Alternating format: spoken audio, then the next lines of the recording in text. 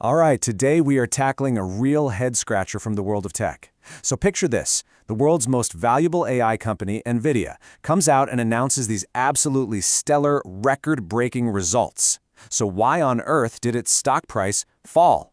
Yeah, that's the paradox we're going to unpack. So let's look at the numbers behind this whole puzzle.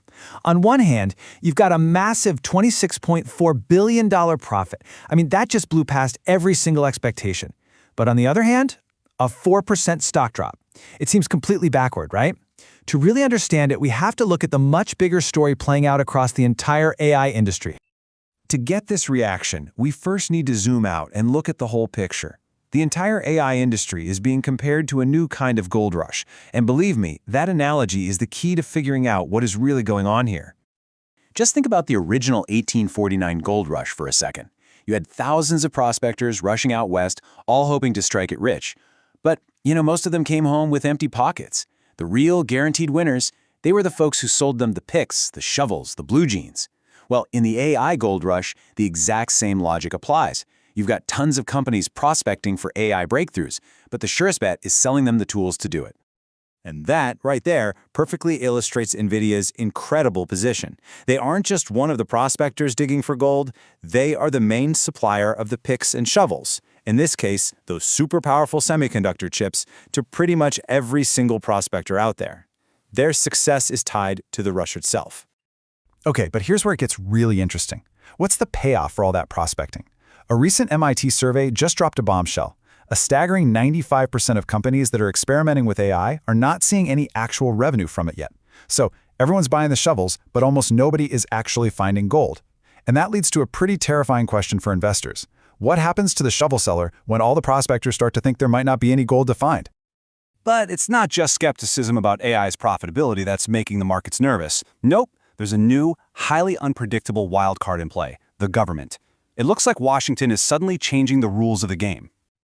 All of a sudden, the U.S. government has decided it wants to be more than just a referee. It wants to be a player on the field. We're seeing moves we've never seen before, like the White House negotiating to get a cut of Nvidia's sales in China. We're taking a direct ownership stake in a competitor, like Intel, and even thinking about similar deals with other chip giants. For investors, this adds a huge, huge layer of political risk and uncertainty to a market that's already really complex. So, with all these industry doubts and political wildcards swirling around, how is Nvidia responding? Well, they're not just sitting back and waiting to see what happens. They are making a massive bet, and it all starts with a gigantic pile of cash. The company has managed to pile up an incredible $57 billion in cash. That is an enormous war chest, and you can bet that everyone on Wall Street is watching very, very closely to see how they're going to use all that financial firepower. This raises a really fascinating question for a company of this size and influence. In a time with so much uncertainty, what is the smartest possible way to deploy that much capital? Do you go out and buy other companies? Do you invest in new factories? Or do you do something else entirely? Well, Nvidia's answer is to authorize a record-breaking $60 billion stock buyback. Now, this is way more than just a financial move. It's a powerful statement to the market. The company is basically signaling that it believes the best possible investment on the entire planet is itself. That shows some serious confidence in its own future, despite all the jitters. But they aren't just betting on themselves. Nvidia is also making it very public that they're strengthening their most crucial partnerships. Here you have the CEO, Jensen Huang, just heaping praise on TSMC, the world's most important chip manufacturer. Now, this isn't just a nice compliment. It's a strategic move to show the market that their critical supply chain is absolutely rock solid. So how is Nvidia really preparing for this uncertain future? Well, they're not just trying to weather the storm, they're actively using their immense resources to build a fortress, getting ready for whatever comes next in the world of AI. When you look at their path forward, you can see a really clear three-part strategy. First, they're locking down their supply chain by going even deeper with TSMC.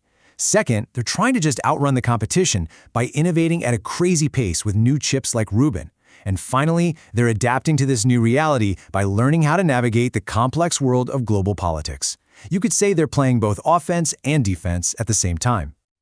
And all of this brings us to the biggest question facing not just Nvidia, but the entire global economy. Nvidia's story, it perfectly captures this tension between incredible technological promise and the harsh realities of market economics and global politics. It forces all of us to wonder, are we at the dawn of a sustainable new era, or are we just watching the world's biggest bubble get bigger, just waiting to pop? Only time will tell.